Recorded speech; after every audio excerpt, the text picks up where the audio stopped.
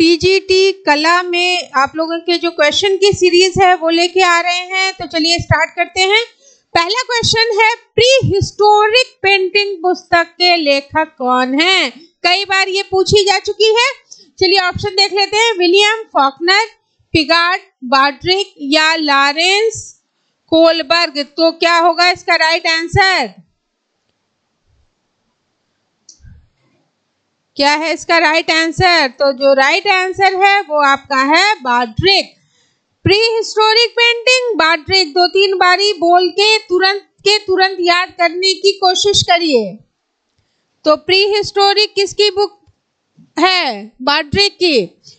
फिर next question है, चाक का महत्वपूर्ण आविष्कार डैश में हुआ? ताम्र पाषाण युग में, नव पाषाण युग में, मध्य पाषाण युग में या पुरा पाषाण युग में? तो चाक बोल रहे हैं, ताम्र का प्रयोग हुआ होगा ताम्र पाषाण युग में, मध्य पाषाण युग, पुरा पाषाण युग। पुरा तो आपको पता है कि पत्थर का प्रयोग होता था। तो चाक मिट्टी के बर्तन बनाने के लिए इस तरह से गोल, ऐसे नहीं होता चाक, उसके ऊपर मिट्टी रख करके वो बर्तन को शेप देते हैं, ऐसे कुम्हार, देखा होगा आपने। तो ये तो डेवलप चीज है ना बेटा। तो ये आपकी कब होगी? नव पाषाण युग में। तो ध्यान रखिएगा कि जो भी महत्वपूर्ण, जैसे आप अगर अग्नि की बात करें तो वो आपका मान लिया जाएगा कुंभकारी, इसके अंतर्गत आ जाएगी। चाक यानी कुंभकारी, अग्नि का जो आविष्कार हुआ या आग जला करके जो खाना पकाने की चीजें हैं, ये सब नवपाषाण युग में ही हुई थी। तो चाक का महत्वपूर्ण आविष्कार नवपाषाण युग में। ध्यान रखिएगा। पुरा में पत्थर के भद्दे औजार से ये लोग सिर्फ शिकार करते थे और अपना बचाव करते थे। मध्य पाषाण काल में उससे डेवलप चीजें हुई, वो सुडौल बनने लगे थे। और ताम्र का प्रयोग ताम्र पाषाण काल में और नवपाषाण काल में, जैसे पहिए हो गए, चाक हो गया, अग्नि हो गई, ये सब नवपाषाण युग की देन है। फिर तराशे गए चमकीले हथियार औजार कहाँ प्रयोग किए गए हैं? पुरा पाषाण काल में, मध्य पाषाण काल में, नवपाषाण काल में या ताम्र पाषाण काल में? तो क्या होगा इसका राइट आंसर? जाहिर सी बात है पुरा पाषाण काल होगा नहीं, क्योंकि यहाँ पे अभी हमने बताया कि पत्थरों से भद्दे औजार बनाए थे। मध्य पाषाण काल बेटा बिल्कुल एकदम से उछल करके तराशे हुए हथियार थोड़ी ना हो जाएंगे। हाँ, उससे थोड़ा बेटर होगा। और सबसे बेटर आपका नवपाषाण काल। तो ये इसका आंसर क्या हो जाएगा? नवपाषाण काल। तो चीजें थोड़ा सा सोचिएगा कि क्या होगा, ऐसे ही ऑप्शन में टिक मत मारिएगा। बहुत इजी एग्जाम है, अगर आप सही से करोगे तो एक ही बार में आपका सिलेक्शन हो जाने वाला है। फिर भारत में मध्य पाषाण काल कब से कब तक का माना जाता है? 2000 बीसी, 4000 बीसी, 6000 बीसी या 1000 बीसी? तो जो इसका राइट आंसर है वो है आपका 6000 बीसी। फिर नेक्स्ट पे आते हैं, चित्रित शैलाश्रय। शैलाश्रय, शैल का जो आश्रय, लघु उडियार कहाँ पर स्थित है? इस जगह को बताना है कि ये कहाँ पे है। उत्तराखंड में, उत्तर प्रदेश में, मध्य प्रदेश में या बिहार में? तो जो इसका राइट आंसर है वो है आपका उत्तराखंड। उत्तराखंड का जो अल्मोड़ा जगह है वहां पे ये है, शैलाश्रय प्राप्त हुआ है। ये देखिए उत्तराखंड अल्मोड़ा। फिर चित्र सूत्र के किस अध्याय में क्षय वृद्धि का वर्णन मिलता है? 5वें में, 6ठे में, 4थे में या 8वें में?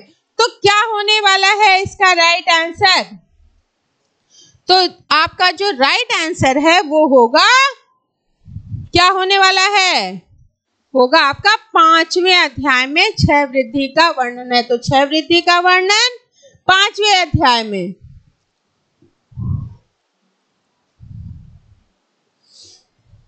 ये चित्रसूत्र जो है वो विष्णु धर्मोत्तर पुराण का पाठ है, तो ध्यान रखिएगा। चित्रसूत्र किसका है? तो विष्णु धर्मोत्तर पुराण का है। इसमें 9 अध्याय में विभक्त किया गया है, जिसमें से जो 5वां अध्याय है वो क्षय वृद्धि से रिलेटेड है। तो चित्रसूत्र पूछा जाता है किसका है? विष्णु धर्मोत्तर पुराण।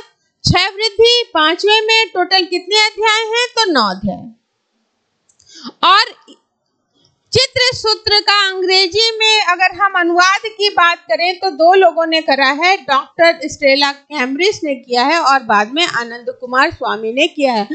तो अगर आपसे पूछा जाए कि चित्रसूत्र का अनुवाद किन किन ने अंग्रेजी में किया है, तो डॉक्टर स्टेला कैम्ब्रिज और आनंद कुमार स्वामी ने। सर्वप्रथम किसने किया है? तो डॉक्टर स्टेला कैम्ब्रिज ने। अब देख लेते हैं जो 9 अध्याय हैं वो कौन कौन से हैं।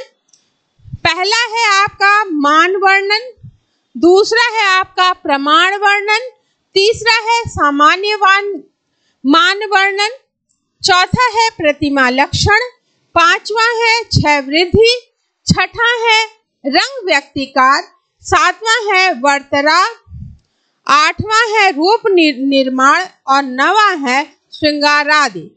अब यहाँ क्वेश्चन जैसे क्षय वृद्धि पूछा है, मोस्ट इंपॉर्टेंट है, इसलिए हम आपको ये दे रहे हैं, ठीक है। मोस्ट इंपॉर्टेंट है ये वाला क्वेश्चन भी बन सकता है और यहाँ से ये पूछा जा सकता है कि प्रतिमा लक्षण किस में है, तो ये आपका चौथे में आ गया। श्रृंगार आदि किस में है? तो 9वें अध्याय में। रूप निर्माण किस में है? तो 8वें अध्याय में। वर्तरा किस में है? तो 7वें में है।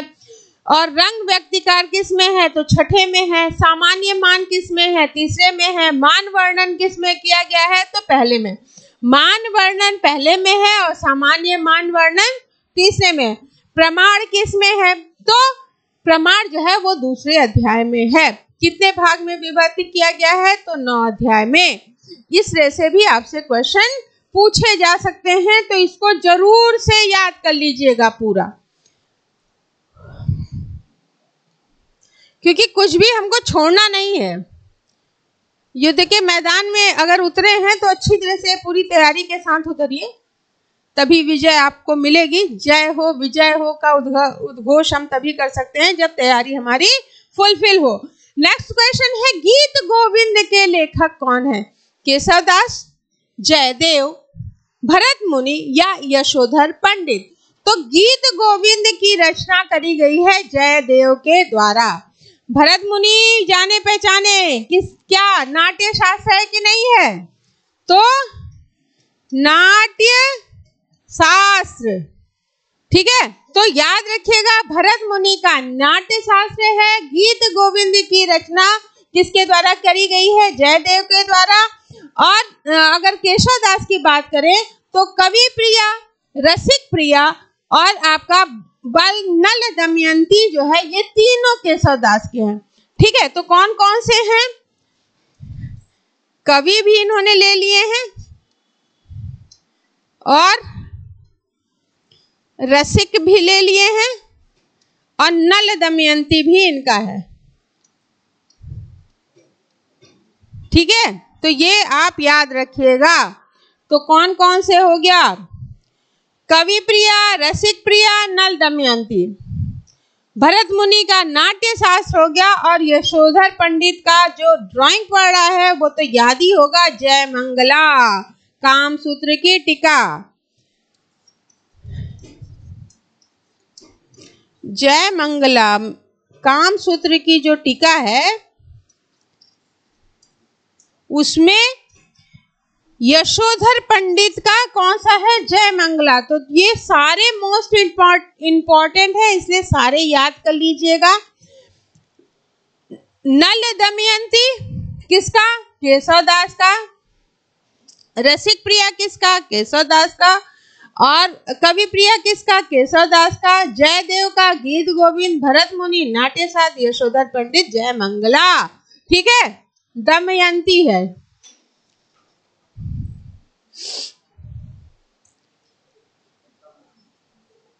फिर नेक्स्ट आते हैं, चौरा पंचाशिका किसके द्वारा लिखा गया है? वात्स्यायन के द्वारा, विल्हण के द्वारा, यशोधर पंडित के द्वारा या शशिकला के द्वारा?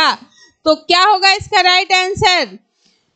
तो आपका चौर पंचाशिका जो है वो विल्हण है, वी है यहाँ पे, ब नहीं है, तो विल्हण के द्वारा लिखा गया है, ये आपका राइट आंसर है। तो चौर पंचाशिका पूछा जाए तो इसकी रचना आपके विल्हण के द्वारा करी गई है और ये कश्मीर के हैं और सटांग के जो सिद्धांत हैं वो इनके द्वारा दिया गया है। तो और इसके साथ ही विक्रमांक देवचरित की अगर बात करें तो ये भी इनकी रचना है। तो चौर पंचाशिका के साथ साथ विक्रमांक देवचरित्र, ठीक है, चौर पंचाशिका और विक्रमांक देव चरित किसकी रचना है? ये आपके विल्हण की है। तो दोनों याद रखिएगा, हो सकता है ये पूछ ले, हो सकता है वो पूछ ले।